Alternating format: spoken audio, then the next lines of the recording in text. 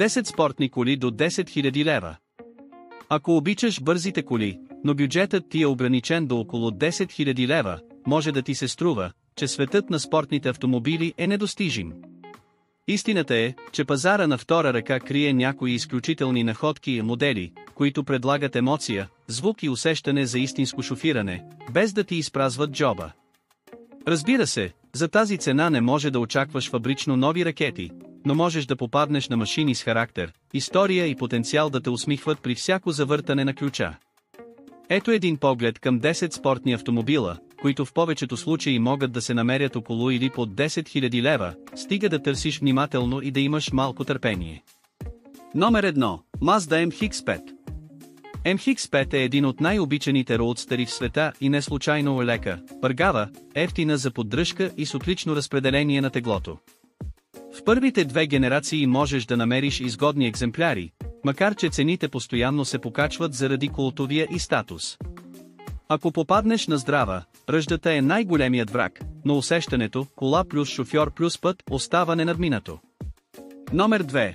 BMW 36 купе или кабриолет. BMW от 90-те години продължава да вълнува феновете на задното предаване. Моделите E36, особено 2,5 литровите, могат да предложат чудесен баланс и истинско, баварско усещане.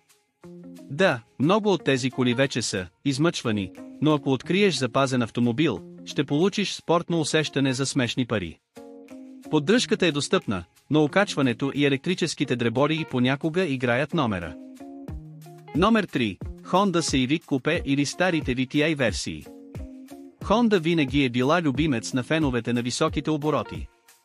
Макар истинските типер модели да са над бюджета, по-старите купета с помощни двигатели предлагат надежност и забавление.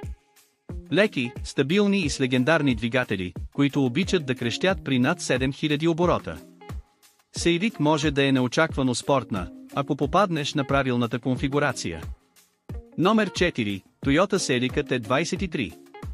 Тази Celica, особено версията 1.8, 192 коня, е истински, скрит диамант. Агресивният дизайн, японската надежност и високооборотният мотор правят колата идеална за хора, които искат спортна визия без главоболия. Интериорът е семпъл, но автомобилът предлага отлична управляемост и сравнително нисък разход. Номер 5. Audi TT, първо поколение. Първото TT е като капсула на времето дизайн, който и днес изглежда уникално. Предлага се с 1.8 турбодвигател в различни мощности, а Quattro версията дава стабилност и сигурност. Основното, за което трябва да внимаваш, са турбото и окачването. Но добре поддържан автомобил може да даде истинско спортно усещане в компактно купе. Номер 6. Mercedes SLK. Макар да е по-скоро стилен роудстър, отколкото чистокръвна спортна кола, SLK предлага твърд сгъваем покрив, надеждни мотори и комфорт. Версиите с компресор са поживи, а усещането за каране с отворен покрив винаги носи допълнителна доза удоволствие. Сервизната история и ръждата при ранните екземпляри са неща, които трябва да се следят внимателно. Номер 7. Ford Puma, първо поколение. Лека, евтина, подценявана, Puma е една от най-приятните малки спортни коли от края на 90-те. Известна с прецизната си управляемост и далеч по-добрата динамика, отколкото очакваш от външния и вид. 1.7 литровият двигател, разработен с Yamaha, е истинско бижу. Това е кола, която може да те накара да се усмихваш на всеки завой, дори без много мощност. Номер 8. Opel Astra G Coupe. Opel може да не е първата марка, която свързваш с спортни емоции, но купето и кабриото, създадени от Бертоне, имат свой собствен чар. Версията с 2.2 мотор или турбо вариантът могат да предложат повече от достатъчно динамика.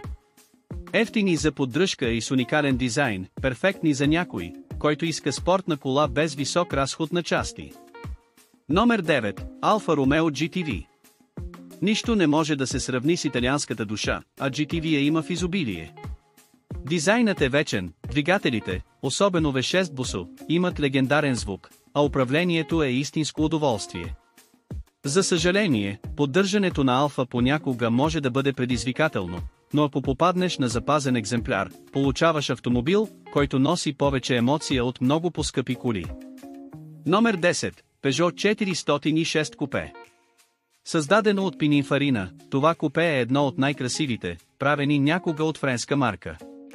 Версиите с 2000 кубика и 2.2 бензинови мотори са бюджетни, но за истинско спортно усещане V6 е мечтата на много фенове, макар че понякога може да надвиши бюджета.